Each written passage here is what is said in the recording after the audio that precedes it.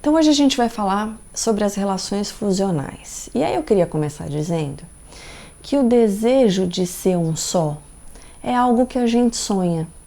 E a gente sonha isso porque a gente tem um desejo de completude, de não ter que lidar com as nossas faltas, porque é muito difícil mesmo a gente lidar com a incompletude, com as nossas faltas. Então, esse desejo de encontrar alguém que seja igual a gente, que nos complete, que não deixe nenhuma aresta, é algo que de fato a gente sonha. O bebê, ele tem essa ilusão de fusão, sabiam? Aliás, é muito importante que ele tenha uma ilusão de fusão e de completude.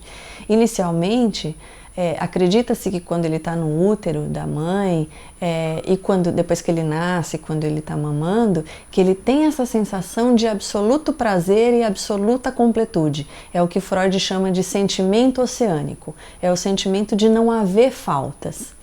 E o Winnicott, que é aquele psicanalista que a gente já falou aqui, ele diz assim, é super importante que o bebê tenha essa sensação de fusão, dele e a mãe serem um só, para que ele possa se diferenciar dela depois, para que ele possa constituir a sensação do eu sou, da individualização. E aí, parece que na vida a gente vai tentando reviver, reatualizar essa sensação, né, de completude, de alguém, da ideia de que a gente vai encontrar alguém que seja a nossa metade e que a partir daí vai haver uma felicidade completa e de que a gente não vai ter mais faltas. E todos pensamos um pouco nisso, isso é um desejo inconsciente até, né? A gente vê inclusive as músicas, os romances, todos aspirando pelo desejo de encontro dessa felicidade, dessa alma gêmea, dessa pessoa que vai encaixar, que não vai deixar a gente ter arestas.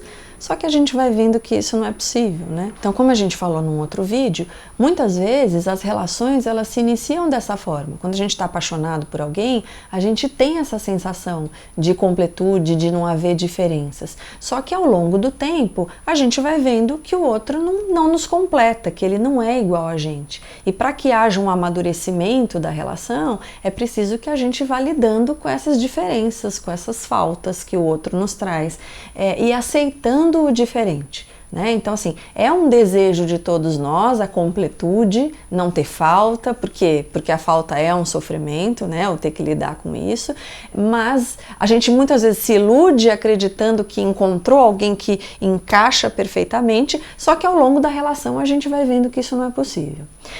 Quando uma relação é fusional, a gente está falando de algo que não se transforma, de uma relação que não se transforma para diferenciação, para individualização. Ela permanece com os dois querendo com que um seja o complemento do outro, os dois do casal querendo com que não haja diferenças, com que um seja a cara metade do outro. E aí, o que nós estamos dizendo é que se essa relação não se transforma e ela permanece desse jeito, ela pode ser uma relação muito turbulenta. Por que que ela pode ser turbulenta? Porque há a tentativa de submissão do outro ou há uma tentativa de posse do outro. Tudo isso com o objetivo de eliminar as diferenças. Tudo isso com o objetivo de que o outro seja igual. Então a gente está dizendo que nessa relação, um precisa do outro não pelo que o outro é, mas pela tentativa de cada um de atender às suas necessidades e às suas fantasias fusionais. Muitas vezes esses casais pensam, e não esqueçam que a gente está falando que tudo isso ocorre em um nível inconsciente, ou seja, é algo que não é pensado, né, conscientemente, que os conflitos, ou deixar aparecer as diferenças, faz com que haja conflitos e que esses conflitos vão destruir a relação. No outro vídeo a gente falava sobre isso, inclusive, né, da importância de se acreditar, de se confiar na relação para que as diferenças possam aparecer. Esse casal não confia, muitas vezes, que as diferenças vão sustentar a relação e de que os conflitos, ou apesar dos conflitos, a relação vai ser sustentada. Então, há um desejo de simbiose, de uma relação especular. Uma relação especular tem a ver com uma relação de espelho. Há um desejo de uma dependência adesiva, onde um fica colado no outro. Os desejos de um se colam aos desejos do outro. Não pode haver planos diferentes, necessidades diferentes, desejos diferentes, não pode se haver autonomia. E essa relação vai se tornando muito prejudicial, porque não caber a individualidade é muito prejudicial. Uma pessoa escreveu para mim em um dos vídeos, na verdade a Maria José Medeiros, pedindo para que eu falasse um pouquinho sobre relações violentas. Maria José, aqui eu não estou tratando diretamente de relação violenta, né? E veja que também não estamos falando de violência física, mas o precisar que o outro se submeta, estabelecer uma relação de poder, onde só vale a vontade de um, por exemplo, e não vale a vontade de outro, ou uma relação de posse com o objetivo de anular a diferença, é um tipo de violência. Não estamos falando, de novo, de violência física, mas isso é um tipo de violência.